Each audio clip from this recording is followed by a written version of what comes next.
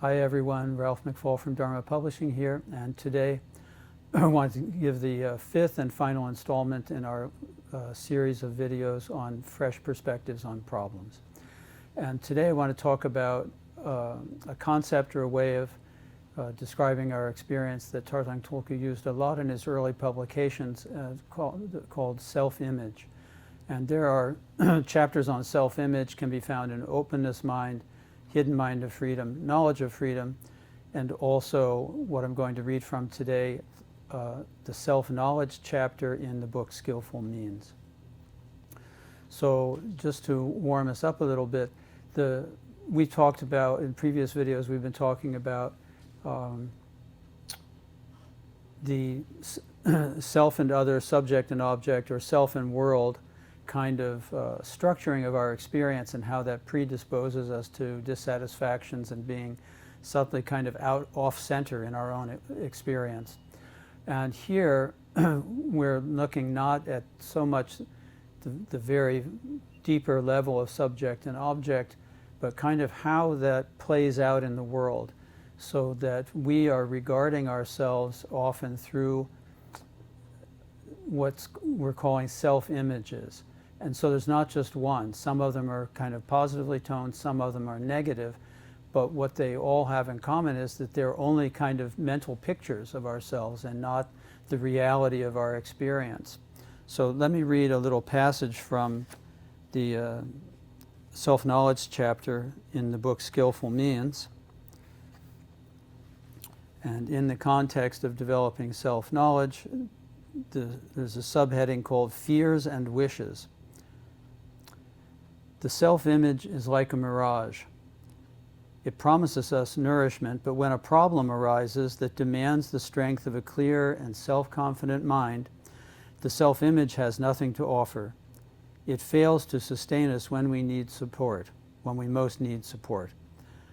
Now here we get a definition. Because the self-image is based on how we wish we were, on what we fear we are, or how we would like the world to see us, it prevents us from seeing ourselves clearly.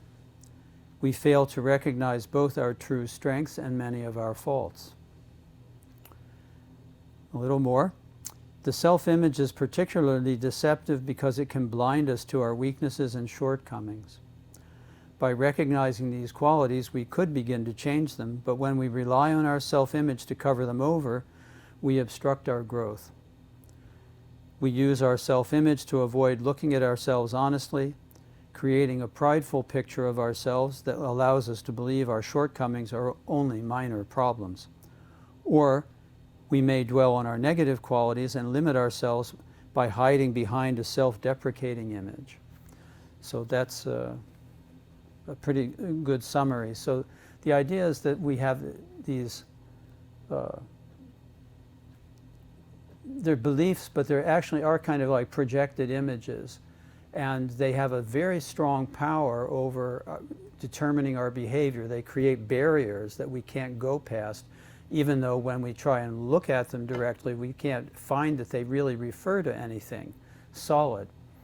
So to give an example, and this example was given by a young German fellow who was volunteering in our Yeshide binderies a number of years ago and attending a Skillful Means class. We were talking about this.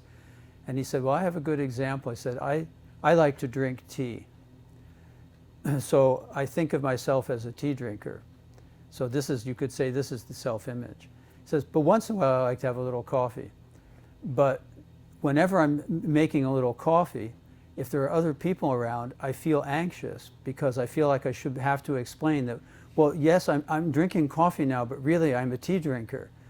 You know, and I thought that was like a great example of, it's sort of trivial, but if you multiply it and put it in dimensions that are more emotionally fraught, then you can see how it starts to shape your behavior. And there are artificial concepts, and you start to behave in ways that other people looking at you will wonder why you're acting like that. So you're acting like that because you're in the grips of some kind of self-image. And in Tarthang Tulku's books, they talk about different ways to make this more clear to ourselves so that we can start to discern is this a self-image problem, or is this something that really affects me? You know, what's going to get hurt here? You know, is it just going to be a picture that is offended? That's not real. So sometimes you can practice flexibility, like changing your opinion back and forth about something, mentally being happy and then being upset and going back and forth. Another way to work it is sometimes to consciously act contrary to the dictates of the self-image. Like if you are, somebody is, say you have a boss who's bothering you in some way, troubling you, and you start to get resentful.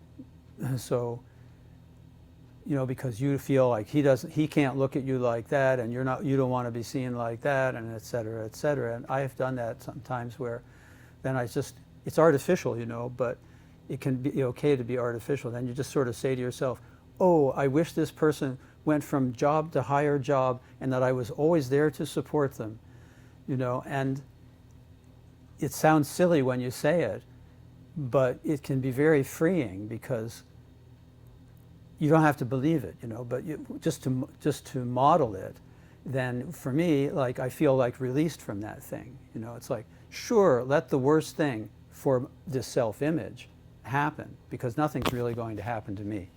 It's just going to happen to this illusion that I've created and is now dominating me. So that's all for today, and I hope you tune in to look for other series for Dharma Publishing takes on Tarthang Rinpoche's books in the future. Okay.